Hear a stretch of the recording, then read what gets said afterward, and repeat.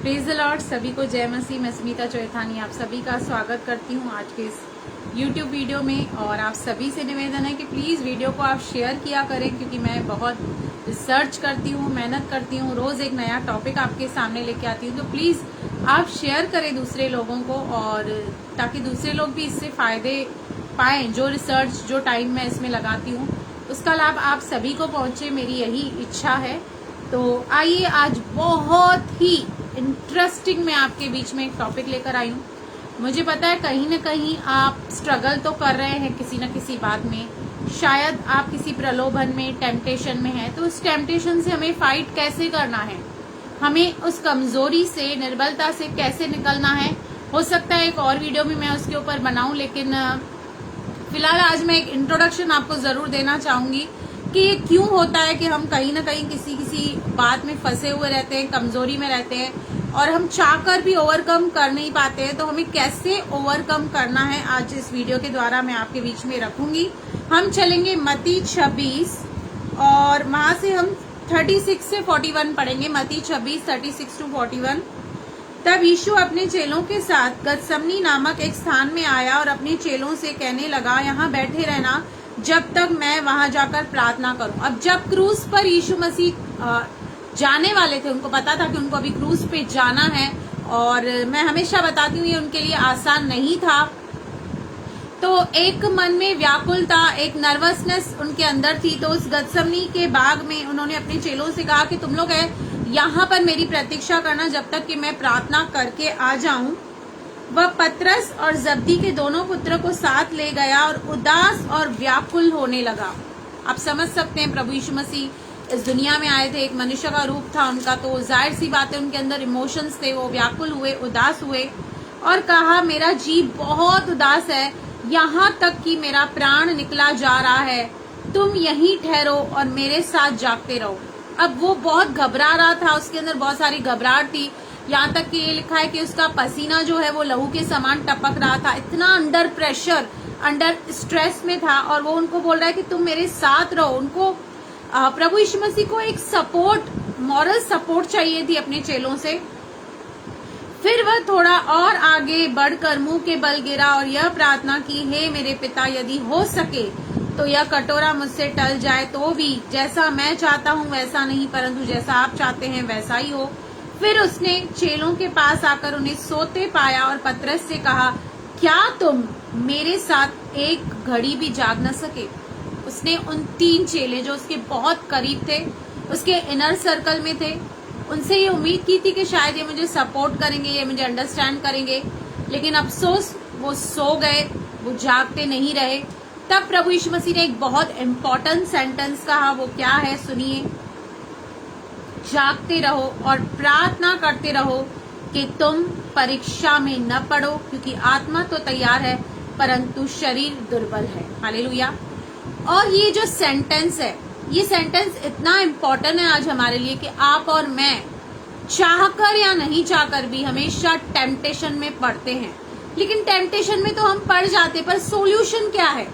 Solution ये है कि प्रभु यीशु मसीह कहते हैं कि जागते रहो, अलर्ट रहो, प्रार्थना करते रहो ताकि तुम परीक्षा में न पड़ो। अब प्रार्थना तो हम हमेशा करते हैं, पर यहाँ पर कौन सी प्रार्थना के बारे में बताया गया है?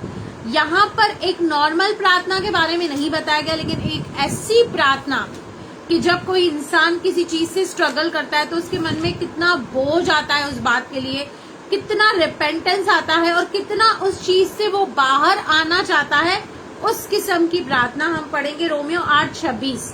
कौन सी प्रार्थना हमें करनी है? इस रीति से आत्मा भी हमारी दुर्बलता में सहायता करता है, क्योंकि हम नहीं जानते प्रार्थना किस रीति से करना चाहिए, परंतु आत्मा आप ही ऐसी बाहें भर भर के जो बयां से बाहर है हमारे लिए विनती करता है।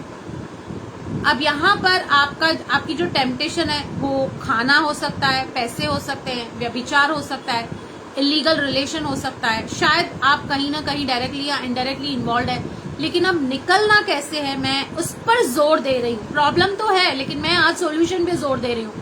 तो आपको प्रार्थना करना है, लेकिन आपको रूटीन प्रार्थना नहीं करनी है। आपको पवित्र आत्मा से भरकर, पवित्र आत्मा की सहायता लेकर, आहें भरकर जो बोझ आपके मन में आ रहा है कि हाँ आप इस बात में कमजोर हैं, गलत है, उससे लेकर आपको परमेश्वर से प्रार्थना करनी है, क्योंकि आत्मा और शरीर इस दुनिया में रहते हुए आपका सबसे बड़ा दुश्मन शैतान नहीं है। आपका सबसे बड़ा दुश्मन ये शरीर है। ये शारीरिक सांसारिक बातें हैं जो हमेशा आपको आत्मिक बातें करने से रोकेंगी।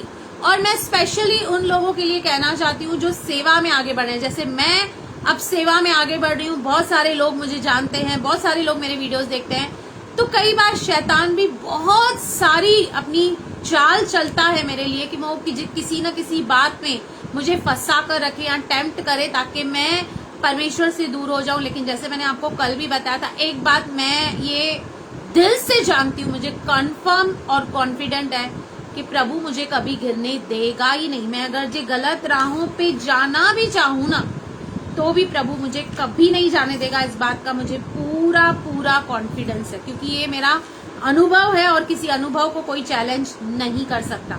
अब शरीर के काम क्या है जिसमें आप फंस सकते हैं? देखिए, लिस्ट बहुत बड़ी है और ऐसा कोई व्यक्ति आप में से ये दावा कर ही नहीं सकता कि इसमें से कोई बात मेरे अंदर नहीं है।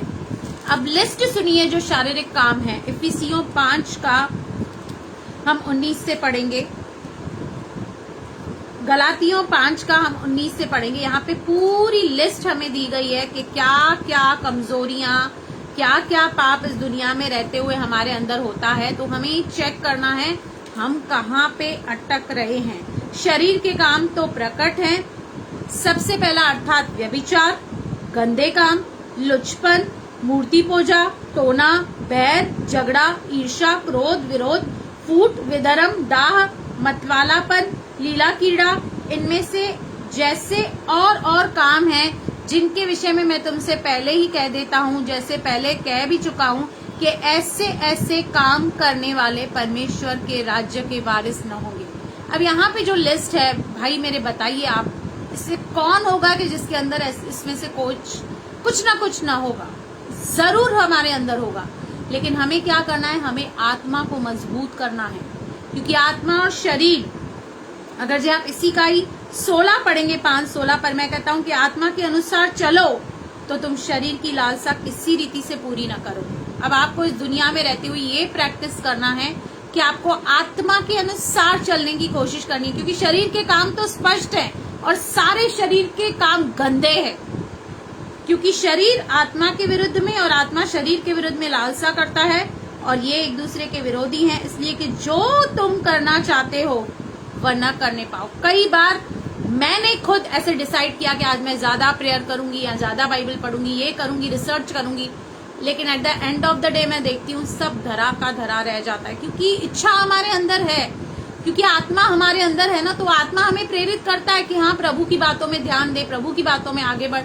लेकिन शरीर संसार की बातें रोकती है। क्यों? क्योंकि शरीर जो है ना वो मिट्टी से आया है, इसलिए वो मिट्टी के साथ संसारिक बातों में ज्यादा इंटरेस्ट लेता है, अटैच होता है। वरन आत्मा तो परमेश्वर से आई है, इसलिए वह आत्मिक बातों में इंटरेस्ट लेती है। तो नेक्स्ट यानी कि कल के वीडियो में मैं आपको बताऊंगी कि हमें इससे कैसे बाहर आना है। आप किसी भी बात से स्ट्रगल क्यों नहीं करते हो, ये वीडियो सुनेंगे तो आप बाहर आने पाएंगे, क्योंकि हम जड़ तक पहुंच गए हैं कि हर एक गंदे काम की जड़ क्या है, हमें जड़ पता लग गई है। बस अभी हमें सॉल्यूशन के ऊपर कंसंट्रेट करना है। तो प्रभु इस वचन के जरिए आपको बहुत बहुत आशीष करे। आमेन।